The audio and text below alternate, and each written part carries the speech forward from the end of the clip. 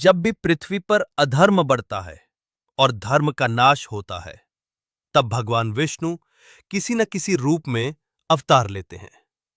नरसिंह अवतार इसी श्रृंखला में एक अद्भुत और उग्र रूप था। न आधे मनुष्य, न पूरा पशु, बल्कि आधे सिंह और आधे पुरुष का रूप। त्रेता युग के पूर्व में एक असुर राजा हुआ, हिरण्यकशिपु, जो कि हिरण्याक्ष का भाई था।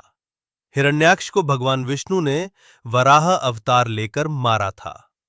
इस कारण हिरण्यकशिपु के हृदय में विष्णु के प्रति घोर क्रोध और प्रतिशोध की ज्वाला जल रही थी।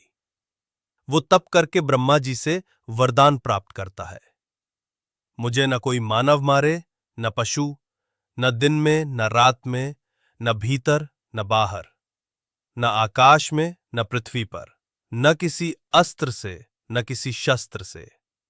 इस वरदान से अभिमान में चूर होकर वो स्वयं को भगवान घोषित कर देता है। वो पूरे राज्य में आदेश देता है कि केवल उसे ही पूजा जाए, कोई विष्णु का नाम न ले। लेकिन हिरण्यकशिपु का अपना पुत्र प्रहलाद भगवान विष्णु का अनन्य भक्त था। प्रहलाद ने अपने पिता के विरोध के बावजूद विष्णु भक्ति नहीं छोड़ी।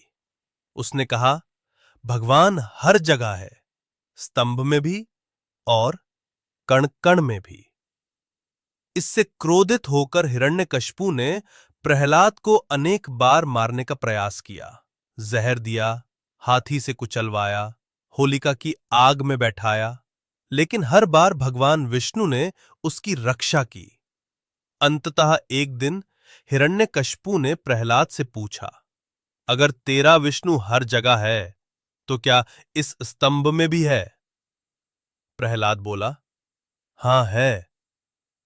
हिरण्यकशिपु ने क्रोधित होकर स्तंभ को तोड़ा और तभी स्तंभ से प्रकट हुए भगवान नरसिंह, सिंह के सिर और पंजे और मानव की देह वाला अद्भुत रूप। यह न दिन था न रात, बल्कि संध्या काल। यह न धरती थी न आकाश। वो हिरण्यकशिपु को गोद में उठाकर एक चौखट पर बैठे थे और कोई अस्त्र नहीं, नाखूनों से चीर डाला।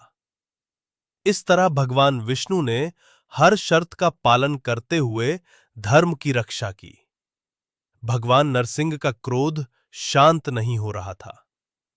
देवता भयभीत हो गए, लक्ष्मी जी भी उनके पास नहीं जा सकी।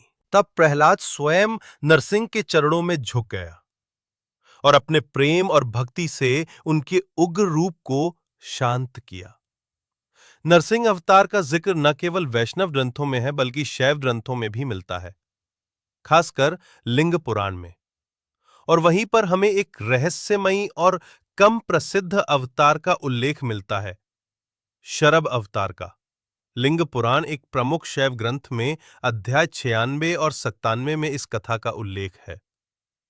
जब भगवान विष्णु ने नरसिंह रूप में हिरण्यकशिपु का वध कर दिया, तो उनका क्रोध शांत नहीं हुआ।